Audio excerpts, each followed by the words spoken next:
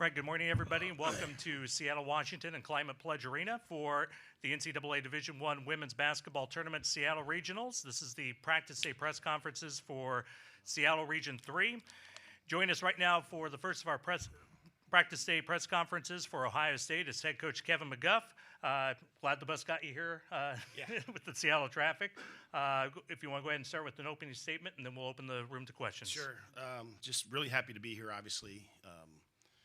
Just not only that we're continuing to play, but back in Seattle where, I was a head coach at UW before I came to Ohio State. So this is a special place for me and for my family. So we're excited to be back in Seattle and, looking forward to, playing obviously a great Connecticut team. And, we know this is a huge challenge for us, but, our kids are excited about the game.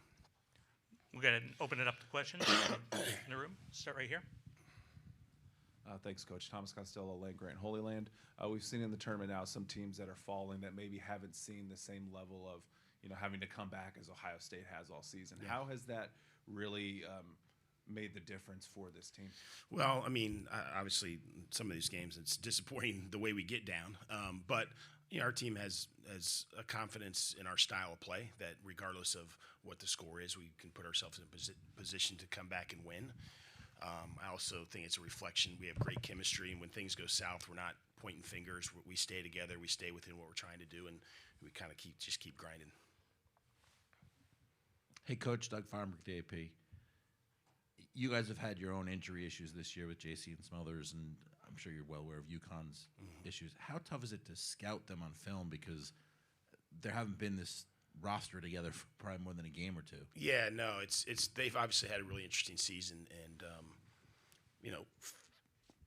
fortunately for them and unfortunately for us, it seems like they're getting healthy at the right time, and they've got the players are going to get back this year. They're back, and they look really good right now, and when they have the players that they have now, they're certainly one of the best teams in the country.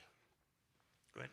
Alexa Philippou, ESPN, kind of talking about the ability to come back and be resilient in games if you guys get down. How do you balance that as a coach between, being, happy that your team can show that resilience, but then also not wanting them to get down in the first place to put themselves in that position, especially going up against a team like UConn that isn't really prone to letting, Yeah, no, I've told them several times, it's like this isn't going to happen, continue to happen.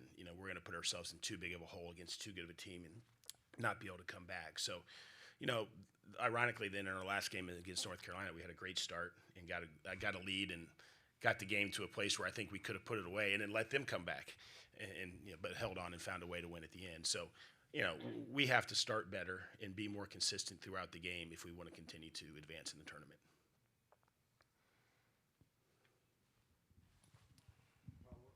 Go ahead and do the follow-up. A separate question, but now that JC's had some more games, a few more weeks under her belt, where do you think she's made the biggest difference for this group now that she's back into the fold? I think two very specific areas. Number one, we play much faster, transitioning to offense when she's in the game. She just pushes the ball so aggressively, and everybody's got to come with her. And then we're more effective in our press. Her ball pressure, her speed, quickness, ability to cover ground, quick hands, just puts us at another level. Bailey Johnson, Columbus Dispatch. JC talked on Wednesday about how much Cody's emotion kind of lifts the team, and when she's really emotional, it kind of brings the team along with her. How much have you seen that this year from her? Yeah, it's great. She just one of the things about Cody, she's just got a joy for the game, and she loves to play. She's really passionate. She competes every single day in practice, and it carries over to the games. And I also think just her emotional maturity for a freshman has allowed her to make tremendous progress this year. Where she was on day one to where she is now is significantly different, and part of that is just her passion for the game. Go ahead. Carl Adamek, Journal Inquirer. Kevin, I think you're one of 7 programs to be in the Sweet 16 back-to-back. Connecticut's been 29 times in a row. For someone who's followed them back from your Notre Dame days, can you try to put that into some perspective from an outsider? So you're saying I got to do 27 in a row to catch them? 20, yeah. If you get the next 26 in a row, you're going to miss by 1. Well, that's going to be the next coach at Ohio State's job. But no, it's hard to put in perspective what Connecticut has accomplished, and it's a combination of obviously Gino and Chris and the staff and their coaching and commitment to excellence has been like no other. And then also they've recruited, year in, year out, mostly the best players in the country. And so they get great players. They do a fantastic job coaching them, and they just have such a culture of excellence. And it's one thing to do that for a couple years, but to be able to sustain that is really, really, really difficult. I think that's the thing that's amazing is to year in, year out, be at your absolute very best. Go ahead. Hi, Kevin. Lori Riley from the Hartford Courant. Just wanted to talk about facing Dorca and how, if you saw the bracket when you first saw it, did you think maybe eventually that this would come to pass? Well, I was hoping because I knew they would get here, so I was hoping we would play, get a chance to see Connecticut and her. But no, she had 3 good years for us. She did a really good job, and I think obviously she went to a great program with great coaches, and I think. I haven't watched them a lot outside of this week, but I'm sure with Chris and Jamel, the way they help develop post players, that she's had 2 really good years before, trying to go to be a professional. And so I think, like I said, I haven't talked to her, I don't know, but I'm sure this has been a good experience for her in that she's evolved and gotten better, which I think was the goal. And I think we've evolved as a program in a really positive direction. So, I think in this case, she went to a great program, and we continue to get better. So I think both people are in a good place. We'll take one more from the room, and then we'll go to Zoom. Please raise your hand in Zoom if you want to ask a question. Roger, go ahead. Roger Cleveland from the Waterbury Republican American. Just a follow-up quickly on Dorca and then another one. But Dorca said that when she left, it was on great terms, that there was no animosity. She just wanted something different after graduating. I just wanted to ask you about that. I would agree. She, like I said, I enjoyed coaching her. She did a great job for us, and like I said, I think this was a good opportunity for her to get into one more program, and a great one at that, where they have a history of helping young people grow and develop. And so, like I said, I haven't talked to her, but I'm assuming this has been a really good 2 years for her, and that she's even further strengthened her position to go on and be a good pro. And then just on the players that they have returning, what do Caroline Ducharme and AZ Fudd add to them? I know it's pretty obvious to us, but from a coach. Yeah, well, one, it just allows them to be deeper. When they've lost some games this year, I think it's been a lack of depth, and they just haven't had enough good players. But when they add those 2 back, not only do they get deeper, but they add 2 incredible scorers. They really, really help their offense, and they already execute at such a high level. But then you add those 2 in, they can both shoot the ball and space the floor, and their offense goes to another level with those 2 on the floor. I don't see any hands raised in the Zoom room, so we'll go back to the main press conference room. Other questions? Go ahead. Kind of going back. Name and affiliation again. Oh, sorry. Alexa Philp at ESPN. Since I guess you guys last played UConn, I think it was at your place in 2019, so it's like a whole global pandemic and everything happened since then. But when you talk about your program having evolved even since the last few years, where do you feel like you all have evolved the most from, say, 2019 to now? I just think we've really our chemistry and culture is as good as it's ever been. Our kids really, we have great kids right now, and I wouldn't tell you that this is. We've had more talented teams, especially early in my tenure, like the Kelsey Mitchell era. But I don't think those teams. I think this team is better just because our chemistry and our culture is better, and I just feel like we have the right kids in the program right now, and I think that goes such a long way, and I think that's been the difference, and that's been a big part of our evolution. I think we've also gotten a little more efficient offensively from the technical side. Mostly it's been intangibles, but the technical part we have kind of shifted our offense a little bit. We're a little bit more efficient. Thomas? Thomas Costello, Land Grant Holy Land. You're in the Sweet 16 last year. Earlier this week, JC and Taylor Mikesell talked about how that game kind of has impacted this season. How has that loss to Texas put Ohio State in a position this year?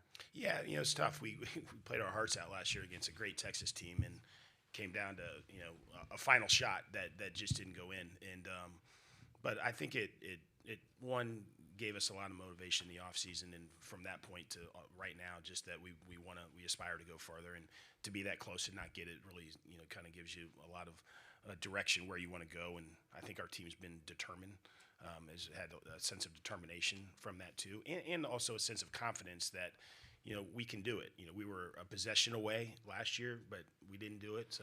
But we feel like we're good enough to take the next step. Coach Doug Fombrick, AP, many moons ago, you coached at mid-major at Xavier and had really a lot of success there and made it really far in the tournament. This year, I think there's 16 out of 16 are from Power Fives. What would it take for mid-majors now to make these steps to get to the Sweet 16, the Elite Eight, the Final Four? Because you see on the men's side, I mean, there's obviously a lot of Florida Atlantic, Princeton teams that are not the Power Fives that are obviously having great runs. Yeah, I think obviously back then we had good players, and so you got to find a way to recruit and to get players that can compete at this level. I also think the other really kind of tricky part of it is the scheduling, because when I was at Xavier and we went and made runs in the tournament, we played home games because we were like 3 seed, and so to do that, you've got to be able to schedule really, really aggressively and win. You've got to win those games, or else you're going to be playing on the road. And not that you can't win on the road, but it just makes it a little bit tougher. And back here, and then I'll go to you. Hey, Ben Pickman from The Athletic. Just following up on your answer to Alexa's question, you talk about culture and chemistry being better, this year than it was a couple years ago. Is there something you're doing differently in terms of recruiting? Is it something that you talk to your players about that is different, that has changed it? Yeah. I think that we've shifted. I mean, we have talented players on our roster, obviously, but we haven't made that just the sole focus. Obviously, we've really been a little more particular about who we recruited and just really looked at people that are going to fit our program, our university, our culture, and just been more mindful of that than we ever have. And that seemed to kind of push us in a little more of a positive direction.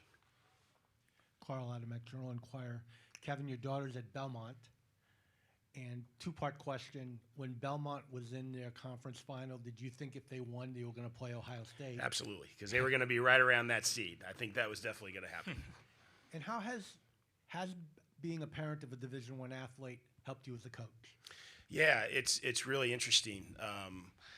It's been a joy to watch her succeed, and she's at Belmont's got a great program, and she's been she had a great year this year, and so we really love watching her. And it's the thing that I kind of enjoy is like every team, they have their ups and downs and their issues within the program. Maybe small, even though they're small ones, but just to get her perspective on how the team's doing, how they're functioning together, and get a young person's perspective about that, how she's getting coached or what the coach is doing. Not that I don't trust my own players, but my own daughter saying, hey, the coach is saying this or that. What do you think? And I don't know. I've just gotten, I think, a better perspective of a student athlete when it's coming from my daughter. And so I think that's helped me just be a little more empathetic of what these kids are going through. We've got time for one more question.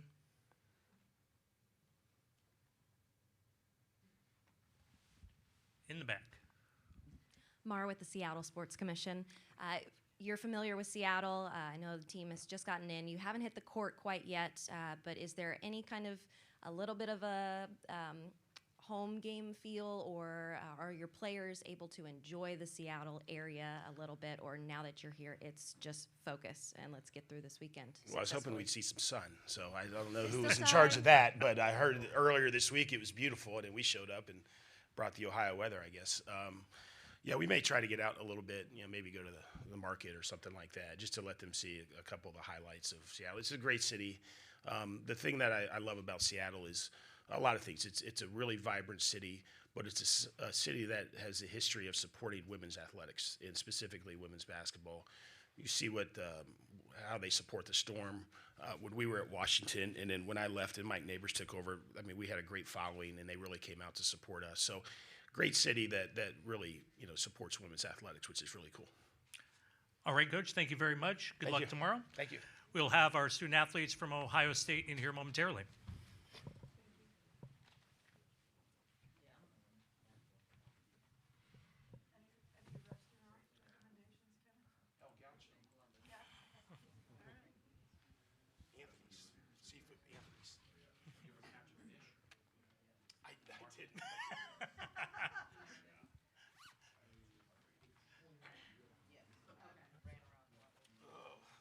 Good to see everybody. Thank you very much. Oh, Den Tai Fun too. Den Tai Fun for Taiwanese food. Outstanding. A+. Those are my 3 recommendations.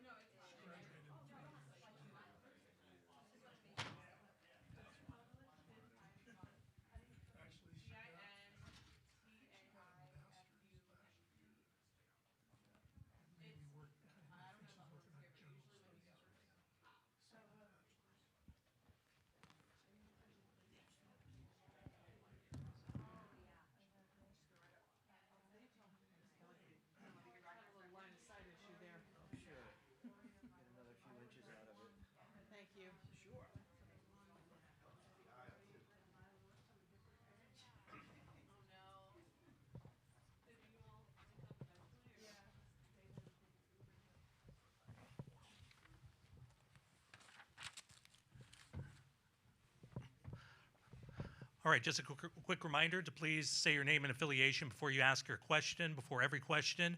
And for our Zoom panelists, we'll get to you about 5 minutes in.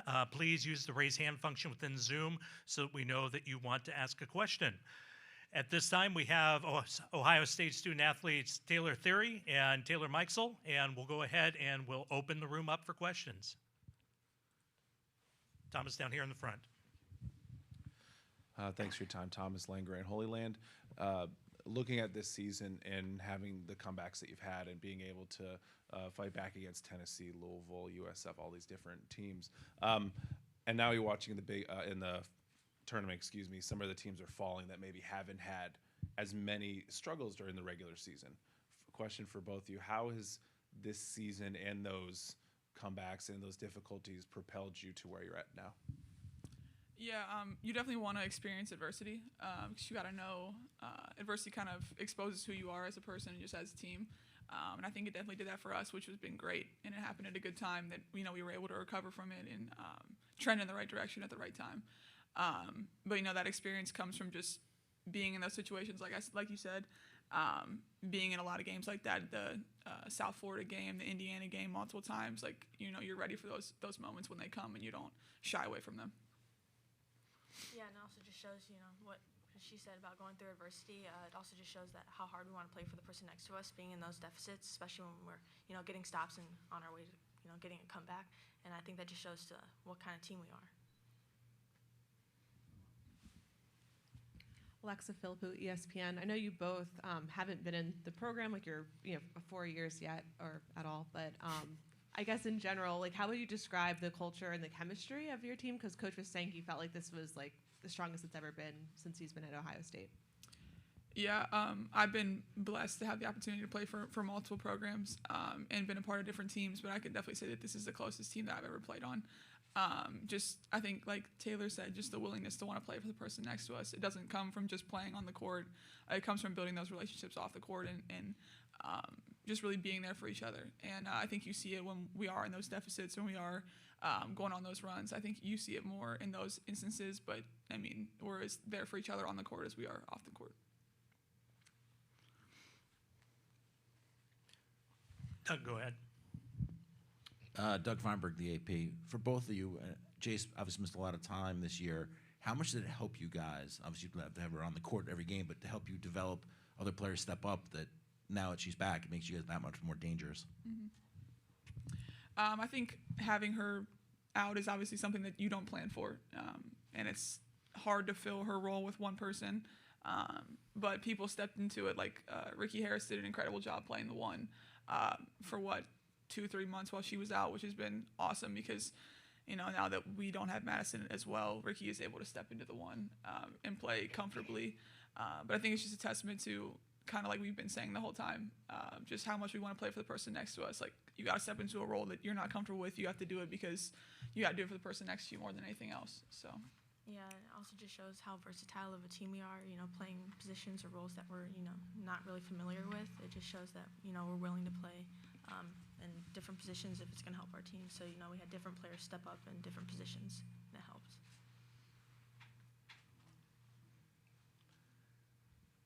We'll go to Alexa, and then we'll go to the Zoom room. Raise your hand in the Zoom room if you want to ask a question.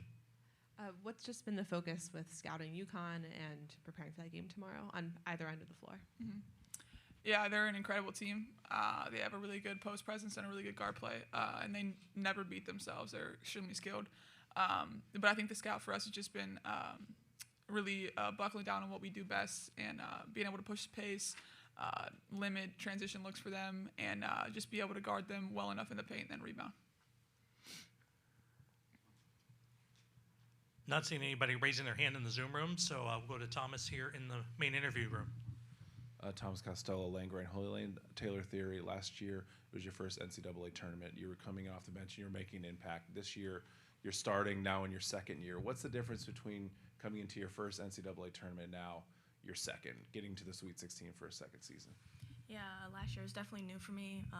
It was I was a little bit nervous, obviously, but this year, I kind of know what to expect a little bit more, and I'm a bit more prepared. And, I have great leaders on the team that, just have a lot of confidence in themselves and also just for this team. And so I think we're just all going to play our game, not focus too much on the other team, but just make sure that we're locked in and doing the things that we know we're supposed to be doing. And so I think that's going to help us in this game.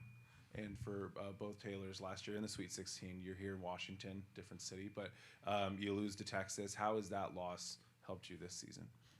Yeah, I think it fueled us all summer. I mean, for me specifically, one of the driving forces for why I wanted to come back.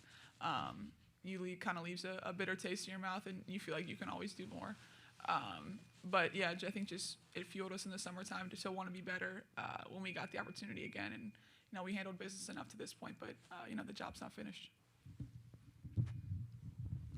Mara with the Seattle Sports Commission. You just kind of talked about your transition first year to second year, the team goals, but if you're comfortable with sharing any of your personal goals that you have coming through the weekend, aside from a couple of wins, anything stats-oriented, tangible or intangible for yourselves? I think the only thing that really matters at this point is our team win.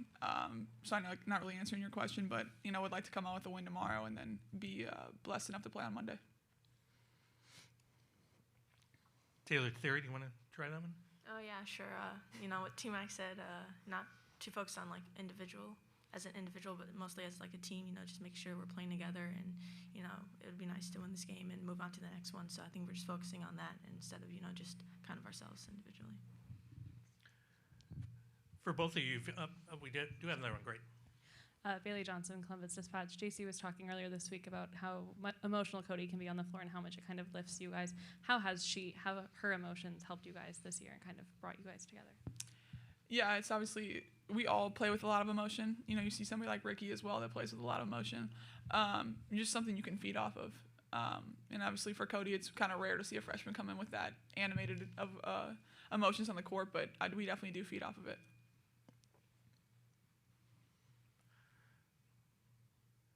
Took a couple losses down towards the end of the season. The loss to Maryland on February 24th, lost to Iowa on March 5th. Those two losses, how did that help galvanize the team coming into the NCAA tournament? We'll start with the Taylor Theory. Yeah, I think those losses definitely, brought us closer. We had to focus on things that, we didn't do so well. Just make sure that, we don't repeat the same mistakes. And, it's tough losing, especially like more than one game in a row, but like I said, I think that just helped us and that brought us closer, and I think that's that helped us get where we are right now. Yeah, kind of echoing what Taylor said. We obviously took away from the things that we needed to work on, but there were also a lot of bright spots in those games that we kind of learned from, and then obviously trying to use that as we got into this tournament. So I think that we've grown from those two losses and just the rest of our losses this season. So I think we've done a good job of fighting through the adversity that we faced. And then thoughts on UConn? You're playing one of the premier programs in all of college women's basketball, probably a team that you two have followed as long as you've been interested in basketball. Thoughts on facing a UConn, or is this just another game for Ohio State? I mean, you can't say UConn without thinking about all their history and all that they've accomplished and just the team and the magnitude of what Junior Oriem has built there. But then you also have to circle in back to the present day. So they have to play us like we have to play them, and that's kind of where we're at. Yeah, obviously, UConn's an incredible team, but we just have to focus on what we can do as a team, and just like what Taylor said, like they have to play us too. So just preparation both ways. Alexa? When you guys talk about needing or learning what you needed to improve from those losses earlier in the season, what specifically were those areas of improvement?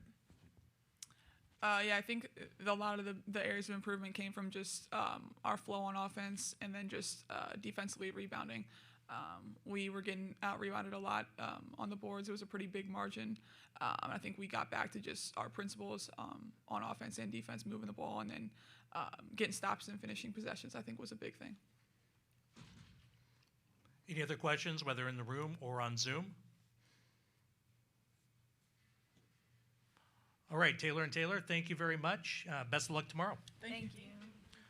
Our next press conference, which will be with UConn, will start at 9:15.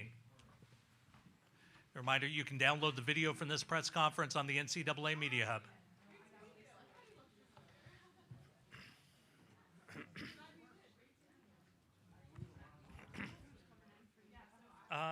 I don't don't have the names yet. I'll have them here in a couple minutes.